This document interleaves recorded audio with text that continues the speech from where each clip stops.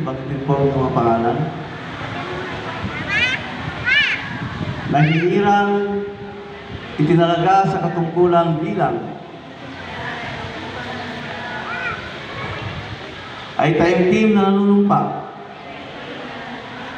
Natutuparin kong buong husay at katapatan sa abot ng aking kakayahan ang mga tungkulin na aking kasalukuyang katungkulan at ng mga iba pang pagkaroon. Ito'y gagampanan ko sa ilalim ng Republika ng Pilipinas na aking tataguyod at ipagtatanggol ang Konstitusyon ng Pilipinas na tunay na mananalig at tatalima. Susundin ko ang mga batas at mga kautosang legal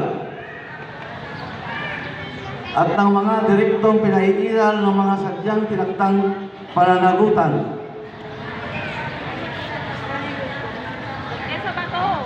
Walang anumang pasubali o hangaring umiwas.